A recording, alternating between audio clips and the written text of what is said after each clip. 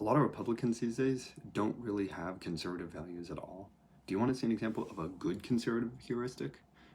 J.K. Chesterton was an English writer, primarily active during the early 20th century.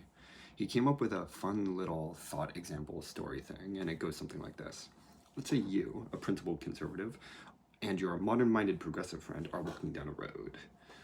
You haven't been down this road before, and eventually, after walking a while, you find a fence that's been put up across the road and it's blocking your way. You can't really continue with your walk so long as the fence is there. So what do? Your progressive buddy walks up to it and says, well shit, let's knock this thing down. It's in our way. What do you, the principled conservative, say?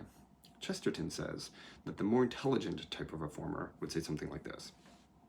We don't know why it's there, and that's exactly why we shouldn't knock it down.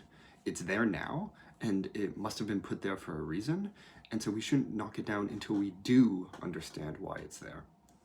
This story is called, fittingly, Chesterton's Fence, and the point of it is to illustrate a good example of something like Burkean conservatism, named after philosopher Edmund Burke. He was an English philosopher from the 1700s. Basically, Burke says that social and political institutions evolve through a process of collective wisdom, and they have purposes that aren't always immediately obvious. When it comes to reform, rapid and dangerous tumult, as Burke observed in the French Revolution, can tear at the social fabric and cause more damage in the long run than something like slow and cautious reform. It's not immediately obvious. Burke would hate the modern Republican Party, not exactly known for their cautious and deferential approach to institutional reform. As the father of modern conservatism, I think Republicans should take a lesson from this story.